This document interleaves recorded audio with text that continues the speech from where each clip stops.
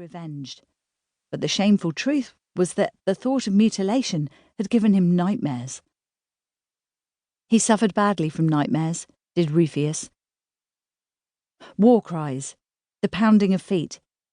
It was happening. It was happening right now. He couldn't believe how quickly they'd got inside the city. They must have been betrayed from within. It was the only explanation. His body stiffened and tingled. Everything grew slow and sharp and bright. Around the turn of the road they charged, yelling and screaming and waving their long swords above their heads, others carrying flaming brands or spears already drawn back to hurl. And the size of them! He couldn't believe how fucking big they were.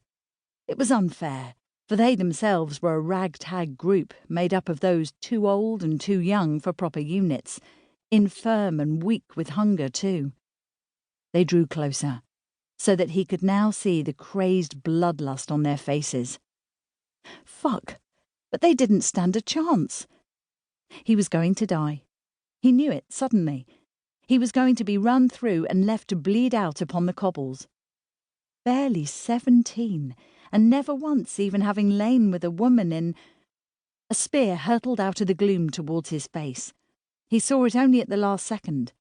He jerked up his shield, and it thumped into it like a blow from a double-handed war axe, knocking him back against the man behind, who cursed and shoved him forward again.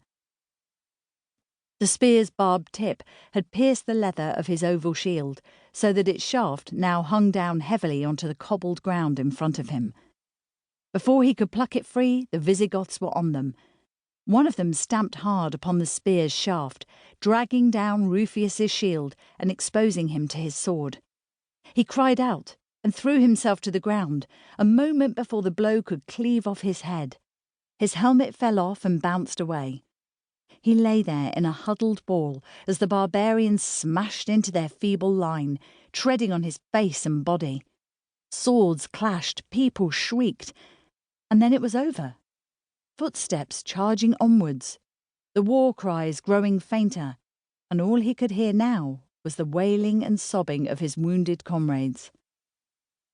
He was still lying there when a hand grabbed him by his short hair and hauled him to his feet.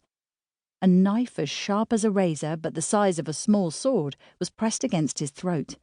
He was manhandled through a fast-striding line of Visigoth warriors to find himself face to face with 4 high-ranking officers.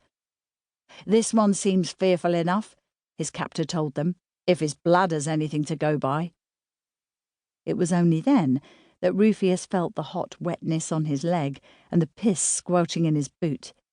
Shame burned his cheeks. The tallest of the 4 men turned to look at him.